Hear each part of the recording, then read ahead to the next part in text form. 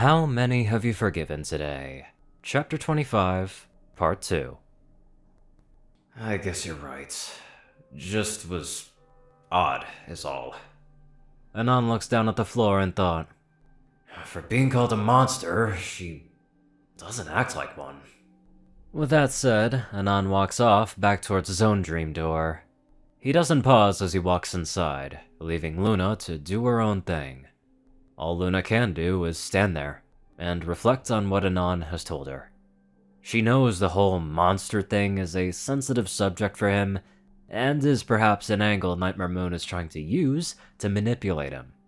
Luna shakes her head some, as she walks up to Anon's door and rests her hoof on it. He's confused but content with what they've spoke of.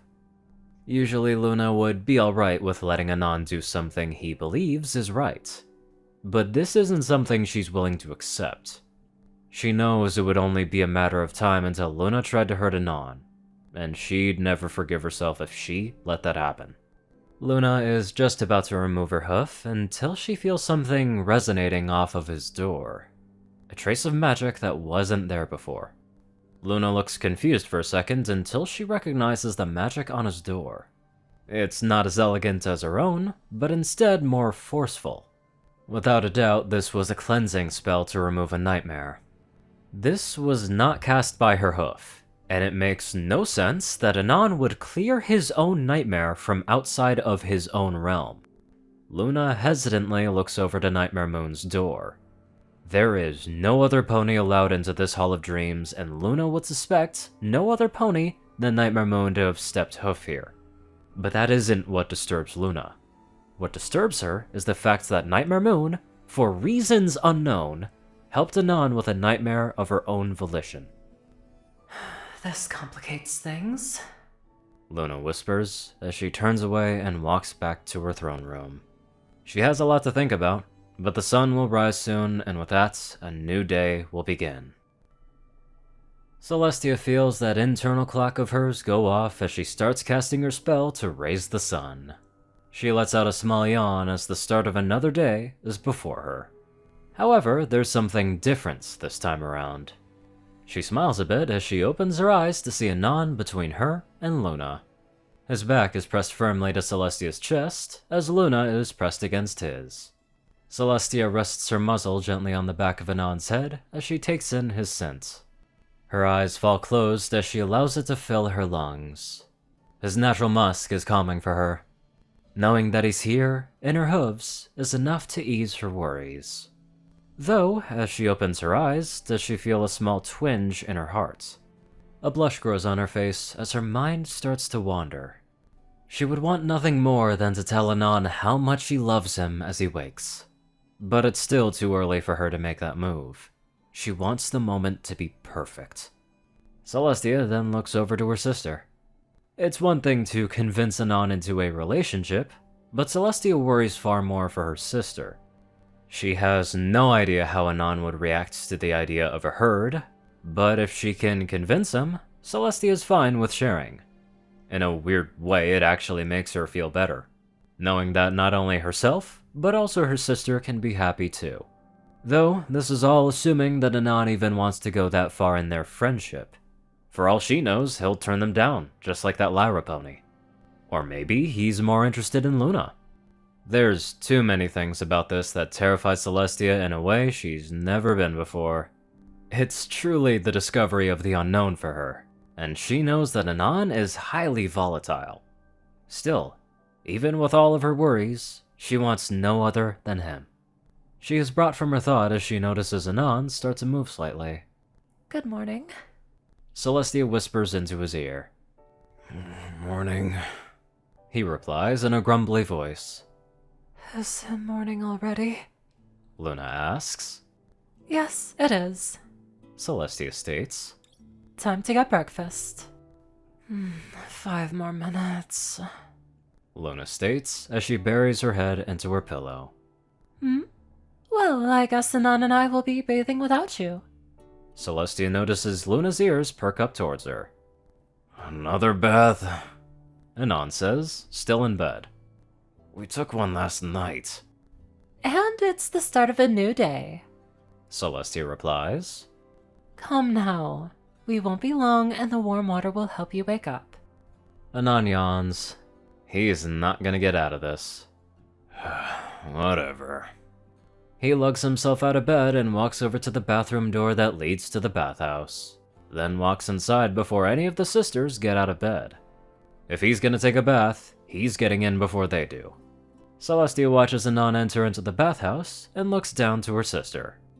So? Luna lets out a grunt. Using Anon's body as leverage isn't fair play. Seems fair to me. Luna kicks off her covers and gets to her hooves. Well, I guess it's time to start the day. My thoughts exactly. With that straightened out, both Luna and Celestia enter the bathhouse after Anon. Finally, Anon can have something to eat. He hasn't noticed it until now, but he hasn't had anything to eat in a while. He didn't get anything to eat at the pantry last night or the party Lyra had. He feels fatigued, and his stomach hurts. His hands are shaking slightly as he tries to lift his fork to his mouth. Yeah, definitely starving at this point. He's lucky that neither of the sisters have noticed yet. His meal is a simple one, but he feels content with how things are now. It's as if nothing's changed. However, that line of thought comes to an end as the door to the dining hall opens. Standing there is Twilight, and beside her, Spike. Anon's hands are shaking immensely as he sets his fork down. His eyes are locked onto her as his heart starts to race. Twilight's eyes met his, and there's a good level of surprise, but she quickly turns away from him. Actually, Spike, how about we go out for breakfast? What are you talking about? He asks, confused. We're already here. He then notices who's at the table. Whoa, is that Anon? Twilight can't pull Spike away. He'll question why, so Twilight does the only thing that comes to mind. She puts on a fake smile for Spike. I guess I should have made that suggestion before we got here. Twilight giggles hollowly.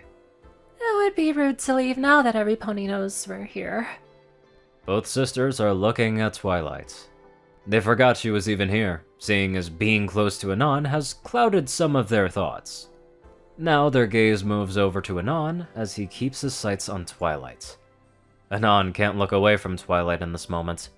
It happened so quickly. But to Anon, it was as if time slowed for him. At first, she was genuinely surprised. Then her feelings mixed. Pain, regret, sorrow. She didn't want to be here. But then Spike spoke. That's when it happened. All of those emotions, gone. A response Anon recognizes all too well. That plastic smile, her hollow laugh.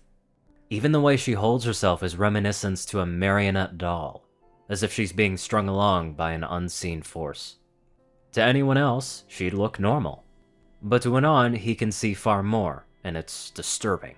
She's now trotting towards the table, and every step, he can see how she flinches, like her body is fighting her. Spike is right behind her, oblivious. And even the sisters appear to be none the wiser. Twilight has her eyes on Anon the entire time. Before, everything he did felt like a mystery to her. But now she can actually see something deeper. Each step she takes causes him to flinch away, his grasp on the table turning his knuckles white as he fights to keep himself from moving. His face was blank, but his eyes showing far more emotion than she's ever realized. It hurts so much. Each step fills her body with pain.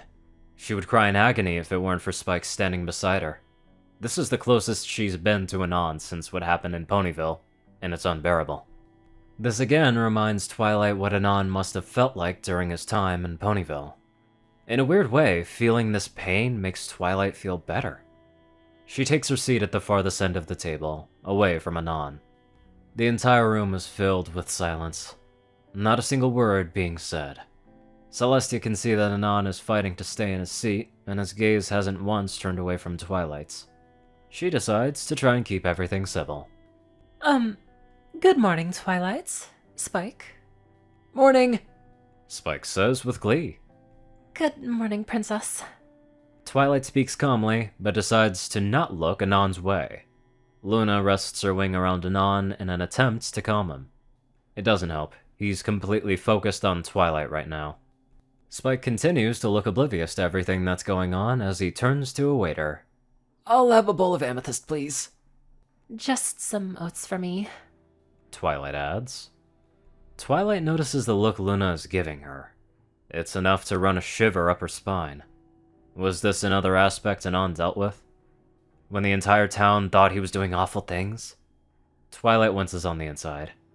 He had an entire town hating him, even though he did nothing wrong. Where have you been, Anon? Spike asks. I only seen you that one time when Twilight and I were heading to her parents' house. Twilight perks up a bit at hearing this. Wait, when was Anon there? Spike was with her the entire time and she doesn't recall seeing him. Then she remembers when she was reading that book and the scent. So that was Anon? Twilight looks over at Anon and notices his eyes are still locked on her. The look he's giving her, it's as if she's a dangerous animal that will attack if he were to look away. Had to help with my store. Anon answers calmly. You know the candy shop? Spike taps a claw to his chin. I've heard ponies talk about it, but I haven't been there. Well, everything's in order. I suggest you try it sometime. That sounds pretty good. Right, Twilight? Twilight looks down at Spike with a smile. Yeah, how about we visit after eating? Awesome. Spike says as the waiter sets down their meal. Anon can't keep doing this. He hasn't eaten, and if he misses this meal, then who knows how that'll affect him. Everything about this situation is screaming at him to leave, but as long as Twilight stays on her side of the table, he'll keep acting as if nothing is wrong. He grabs his fork, his hands shaking uncontrollably, but he ignores that as he starts eating, still maintaining eye contact with Twilight. Twilight looks away from him as she eats her meal. It seems that Anon will tolerate her for the moment. She will admit that she feels exhausted having to keep up this facade, yet Anon looks as if this is normal for him. Then again, his hands are shaking as he eats. Twilight can't hold back the physical wince she does. It's hard for her to pretend like this. Anon notices that slip of her mask. He doesn't think too much on it as he tries to finish his meal as fast as possible, but not fast enough to draw attention. So, Anon? Celestia decides to try and draw his attention. I was wondering if you would be interested in helping me today? Sure. Blunt, cold, and serious. Celestia can tell that Anon doesn't like the fact that Twilight is here right now, but she can't tell the lever either. There is much for her to learn before she can go back to Ponyville. There's day courts. Celestia lists, feeling uncomfortable with the unbreaking gaze Anon has on Twilight. Then after that, I need to head out into Canterlots to check on a few events coming up. She looks over to her sister for help, but her sister is looking at Twilight as well. The last thing is a meeting with a few leaders that want to negotiate a few things. You don't need to be there for all of that, but it's my schedule for the day. I've got nothing better to do. He answers as he pushes his empty plate away. I'll be waiting in my room when you're ready.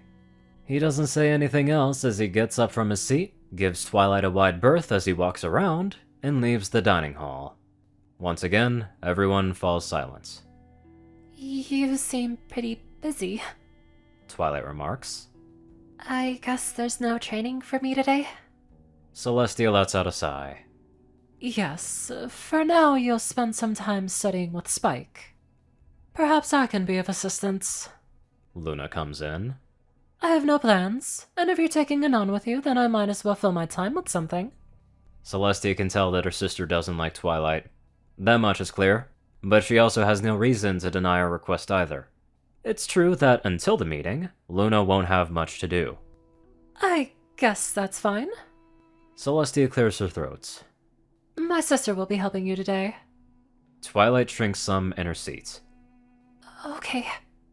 Celestia looks to her own empty plate, happy to not have to deal with this awkward situation anymore. I better go help Anon get dressed. We need to look our finest today. Celestia gets up from her seat. I'll see you all later. Celestia stops and pats Spike on the head before she passes. Bye. Once Celestia's gone, the table goes silent. Now there's only Twilight, Spike, and Luna. Twilight looks down to her bowl. Most of it is still full. Spike's is completely empty. How about we head over to that candy shop Anon was talking about? Twilight urges Spike. Don't you want to finish your meal first? Yes, Twilight. I'm sure you'll be needing all the energy you can get. Luna remarks. I'm fine. Twilight gets out of her seat. I had a big meal last night and I don't feel very hungry. Twilight pulls Spike out of his seat and places him onto her back. She quickly trots to the dining room door, but stops when she hears Luna speak. I want you back here by lunch for your training. Luna says with authority. Don't be late. Luna watches as Twilight runs out of the dining hall. Anon doesn't have to worry about that mare. Luna will make sure of it. She's fucked. Anyway, let's get on to our safe donators. Top donators are 630, BadassWaffle, Only One Thing, Ceru, Orion, and IronSky. Darkside, Rayden, Narwhals, Blackmoonheart, Pastel Skies, Austin Roland, Stu-Hex, Swordfeather, Mortred, Omicron, Lyra, RuneScythe 9852, Will, Chris, Twinkie, Ride Soul, Shadow Moon, Luigi 88, Chancer Crust, Big Smoke 369, Jesse Smith, Bobcat GGF, and many more awesome people. Thank you all so much for watching this video and live life to the fullest.